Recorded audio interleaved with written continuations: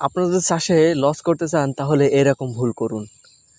আমি কি কারণে এই কথাগুলো বলছি, এই কথাগুলো বলার কারণ একটাই হচ্ছে যে আমার এই যে প্রজেক্টটা দেখতে পাচ্ছেন, এই যে ক্ষীরার প্রজেক্টটা, এটা আমি সব দিক দিয়ে লস খেয়েছি। কারণ এর জাতের সমস্যা, এর মাটিতে সমস্যা, এর পরিচর্যায় কোনো সমস্যা নেই, কিন্তু এর দেখতে পাচ্ছেন যে সমস্ত গাছ কেমন নুয়ে পড়ে আছে, হলুদ হয়ে আছে।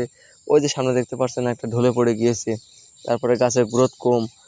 সব মিলিয়ে যদি লস করতে চান তাহলে অবশ্যই আপনারা এই যে আমি যেভাবে করেছি এইভাবে করবেন। এটা আমি মজার ছলে বললাম, কারণ এইভাবে কখনোই করবেন না। কারণ আপনার জমিটা তৈরি করবেন ভালো করে, তাহলে অবশ্যই আপনি সেটা ভালো ফলাফল পাবেন। আর যদি ভালোভাবে তৈরি না করেন তাহলে আপনার জমিতে গাছগুলো হবে ঠিক এই রকম, এই যে রোগাক্রান্ত গাছ। তারপরে আপনার আহ, এই যে মাটিতে সমস্যা, যার কারণে এটা দুর্বল হয়ে গিয়েছে, বিভিন্ন কারণে এটা এরকম হয়ে গিয়েছে।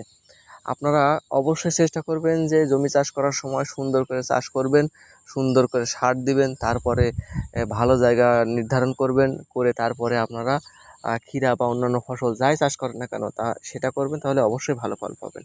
তা না হলে আপনারা এরকম এই যে দেখতে পাচ্ছেন যে গাছগুলো নষ্ট হয়ে গেছে, আপনারা অবশ্যই লস প্রজেক্ট হবেন। কারণ আমার এখানে প্রায় কতটুকু জায়গা, প্রায় 10 কাঠা মতন জায়গা।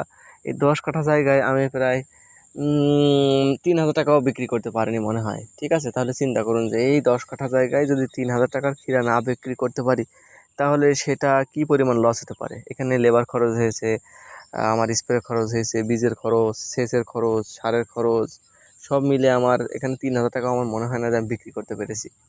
তো আপনারা যে কোনো ফসল চাষ করার ক্ষেত্রে অবশ্যই খেয়াল রাখবেন যে কি করে আমার ফসলটা সুন্দর হয়, কি করে আমার ভালো জাত, ভালো জায়গা আমি নির্ধারণ করতে পারি, তাহলে অবশ্যই আপনারা লাভবান হতে পারবেন।